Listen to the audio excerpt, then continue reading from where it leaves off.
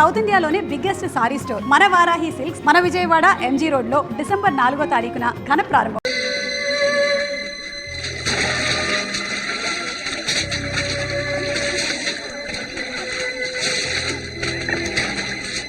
వచ్చే జానికి ఇది లోపల ఏం చేస్తుంది? నిద్రపోతుందా? త్వరగా బయటికి రావే. నువ్వేంటి ఇక్కడే నిలబడ్డావు? అడ్డం లేదు, స్నానం ఎలా చేస్తావు? అడ్డం కావాలా? నీ అందాన్ని ఎవరు చూస్తారే? ఆ లలిత శాంత వట్టి టవల్ కట్టుకునే స్నానం చేస్తారు తెలుసా? వేషాలు లేకుండా వెళ్ళి స్నానం చేసిరా.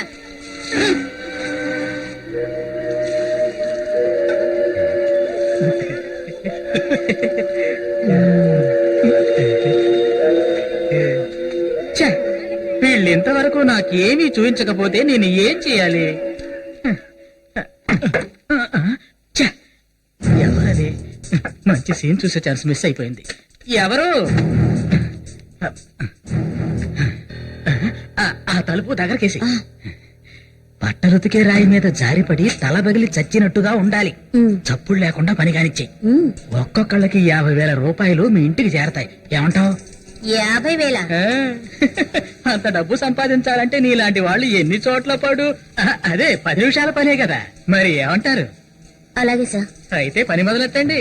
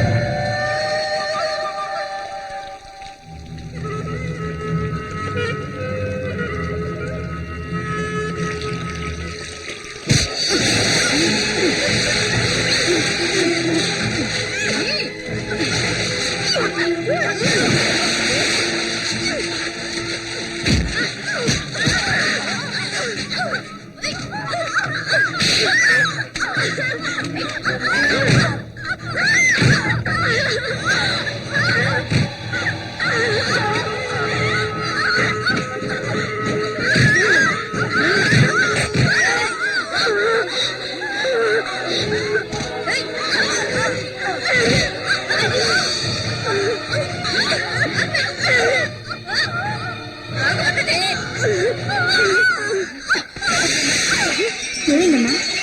ఏమైంది నీకు? రక్తం వస్తుంది. త్వరగా లేపండి అమ్మాయిని. త్వరగా హాస్పిటల్కి తీసుకెళ్ళండి. త్వరగా చేత పట్టుకో.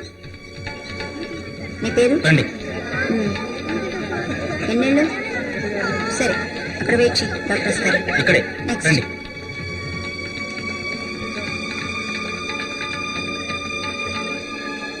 ఆ అమ్మాయి బావగారు ఆయన.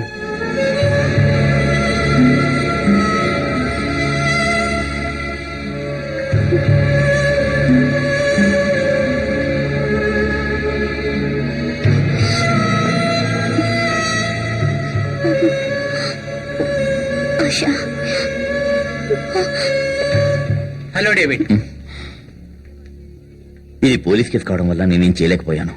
లేకుంటే మంచి హాస్పిటల్ ఎప్పుడో జాయిన్ చేసి ఉండేవాడిని. అంత అవసరం లేదు. She is all right. 4 కుట్లు పడ్డాయి. అంత ప్రమాదం ఏమీ లేదు. కొన్ని రోజులు రెస్ట్ తీసుకుంటే సరిపోతుంది. Nothing to worry.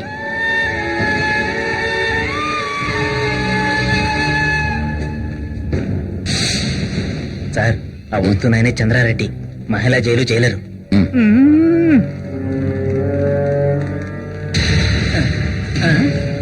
దారేమండి. చంద్రమోహన్ నన్ను డేవిడ్ అంటారు. ఏ డేవిడ్? అదే తలకు దెబ్బ తగిలి బెడ్ మీద పడుకున్న అమ్మాయికి బాగుంది. సరే, అసలు ఏం జరిగింది? యాక్సిడెంట్ గా తగిలిందా లేక కావాలని ఎవరైనా తల మీద బలంగా కొట్టారా? చెప్పండి. అదేమిటంటే ఆ అమ్మాయి చూడటానికి మరీ అందంగా ఉంటుంది కదా. ఆడ ఖైదీలలో కొంతమంది వెలయాళ్ళు ఈ అమ్మాయిని వ్యభిచారం చెయ్యమంటే ఈ అమ్మాయి ఒప్పుకొని ఉండకపోవచ్చు. ఆ ఘర్షణలో ఈ అమ్మాయి కింద పడి తల పగిలిపోయింది. మరి అవన్నీ డీటెయిల్డ్ గా రిపోర్ట్ లో రాయడం గుర్తుందా చెప్పండి? రాస్తే ఎక్స్ప్రెషన్స్ ఇచ్చుకోవాలి. అందుకే జారి పడిందని కేసు క్లోజ్ చేసేసాం. టీవీ వాళ్ళేమో మాట్లాడితే కెమెరా మోసుకొని వచ్చేస్తారు షూట్ చేయడానికి. నాకేమో స్క్రీన్ ఫియర్. మరి నేను వస్తాను బ్రదర్. బతికిపోయాను.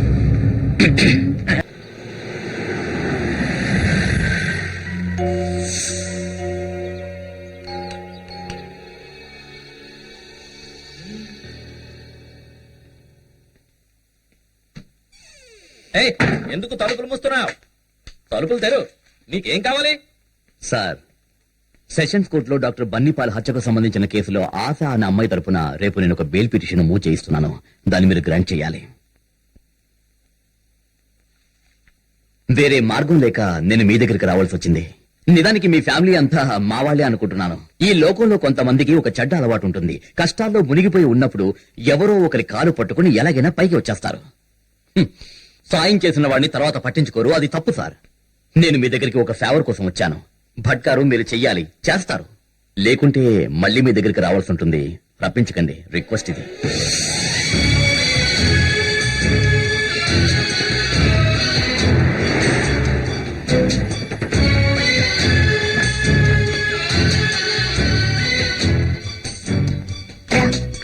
మరి మీ అమ్మ ఒప్పుకుంటున్నా? అది నేను మేనేజ్ చేసుకుంటాను, నువ్వు వెళ్ళు. ధైర్యంగా లోపలికి వెళ్ళు. ఇది మీ నాన్నగారి ఇల్లు. ఎందుకంటే నీకు ఆపద పొంచి ఉంది. అందుచేత నువ్వు సేఫ్ అయిన ప్లేస్ లో ఉండడం అన్నిటికంటే ముఖ్యం.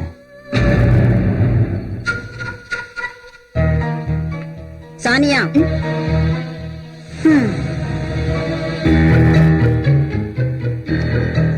మమ్మీ, ఆశ కొద్ది రోజులు ఇక్కడే ఉంటుంది. అది నువ్వు నిర్ణయిస్తే సరిపోతుందా? నా ఇంట్లో ఎవరుండొచ్చో ఉండకూడదో అని చచ్చే వరకు నేనే నిర్ణయిస్తాను. ఈ జన్మలో ఇవిడి మారదు. లేపెద్దామని అప్పుడే చెప్పాను కదమ్మా.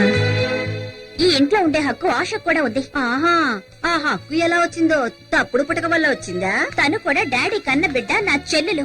అందరికీ తెలిసిన పచ్చి నిజాన్ని నువ్వు ఒప్పుకోనంత మాత్రాన వచ్చిన నష్టమేమీ లేదు. నేనే ఆశని ఇక్కడికి తీసుకొచ్చాను. తన్ని లోపలికి అలౌ చేయకపోతే తనతో పాటు నేను ఇక్కడి నుంచి వెళ్ళిపోతాను. వద్దే, నువ్వు ఇక్కడే తగలడు. నీకు నచ్చిన వాళ్ళని ఇంట్లో పెట్టుకో, నేనే పోతాను. అదే మంచిది. కొన్ని రోజులు ఎక్కడికైనా వెళ్లి బైబిల్ బాగా చదవండి. అప్పుడైనా వీళ్ళిద్దరూ కాస్త ప్రశాంతంగా ఉంటారు. సానియా, ఇదే నీకు లాస్ట్ వార్నింగ్. ఇలాంటి వాళ్ళని నా ఇంటికి తీసుకొచ్చి నీ ఇష్టం వచ్చినట్టు మాట్లాడడం నేను సహించను. చూడండి ఆంటీ, నేనేం తప్పుగా మాట్లాడటం లేదు. మీరే ఎక్కువగా మాట్లాడుతున్నారు. సోనియా, ఏం చేద్దాం? ఇంతకన్నా దర్జాగా బతకడానికి ఇదొకటే కాదు, నాకు చాలా ఇళ్లున్నాయి. నువ్వు వెళ్ళు డేవిడ్, తను నాతో పాటే ఉంటుంది. ఇక మమ్మీ కాదంటే నేను నీకు కాల్ చేస్తాను. ఇద్దరు సాక్షులతో రిజిస్టర్ ఆఫీస్ కి వచ్చేయి. అక్కడ మనం పెళ్లి చేసుకున్న తర్వాత తన్ని మన ఇంటికి తీసుకెళ్లిపోదాం. అలా అన్నావు, బాగుంది. సుబ్బు, బండి తీరా. అలాగేనా? అన్ని మర్చిపోయి హ్యాపీగా ఉండాలి. రా.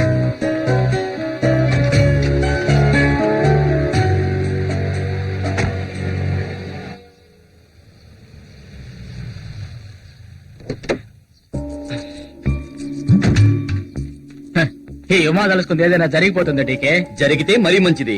నీకు ముందే చెప్పానుగా, ఎంసీ పాల్ పెద్ద కొడుకు సైతం నేను చిటిక వేశానంటే రోబోలా డాన్స్ చేసుకుంటూ రావాలి. వెయ్యొద్దు, బ్రెయిన్ చెడిపోయిన రా వన్ వాడు.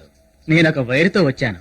వైరు పట్టుకొని బుష్ మొత్తం బయటికి లాగుతా. అయితే అదేంటో చెప్పు. బన్నీగాడి హత్యతో ఒక ఖైదీకి సంబంధం ఉందని నా అనుమానం. ఆ ఖైదీ రాజమండ్రి జైల్లో నుంచి పెరోల్ మీద బయటకు వచ్చి లోపలికెళ్లే లోపు చేసిన హత్య ఇది. వాడిని ఎవరు కొన్నారో, ఎవరి కోసం వాడి పని చేశాడో నాకు తెలుసు. సుబ్బు, అన్నా, ఏంటన్నా? నువ్వు ఆ రోజు ఒకరి గురించి చెప్పావు చూడు, పెరోల్ గడువు తీరక ముందే జైలుకి వెళ్ళాడని. అదేరా, నాన్నగారికి తైలం పంపించాలని వాళ్ళ ఇంటికి వెళ్ళావే. గుండు గుండు గుండు బాబు. బాబు, care of Rajahmundry central jail. ఊహించాను వాడినని.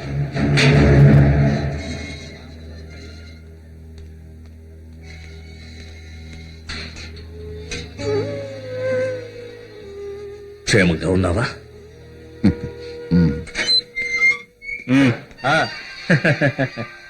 మీ తండ్రి కొడుకులిద్దరికి నేను మీటింగ్ పెట్టిస్తాను. రాజీవ్ గారు, నేను చెప్పానుగా ఆయన గురించి. అవును. తలుపుతారు. రా.